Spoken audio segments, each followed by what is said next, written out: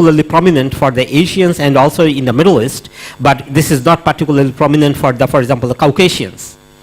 So given these differences, we possibly, unless we do our study in our population, it is very difficult to make any kind of assessment. And there is a wide range of variation across ethnicity, gender, and applied definitions for the assessment of metabolic syndrome. So with this, therefore, I think that we need a large-scale cohort studies on metabolic syndrome based on different definitions for its sensitivity to assess the risk of diabetes and cardiovascular disease to identify suitable definitions for Asians or for the concerned population.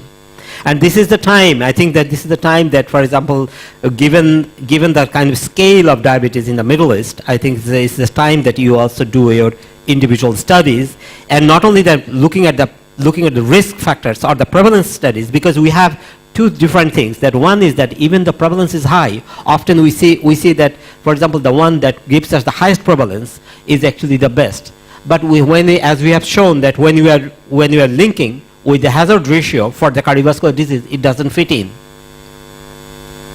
And whether metabolic syndrome is a myth or a fact remains open for discussions for our future. And with these words, I would like to thank you for your attention. I hope I haven't taken your time. Thank you. Thank you, Dr.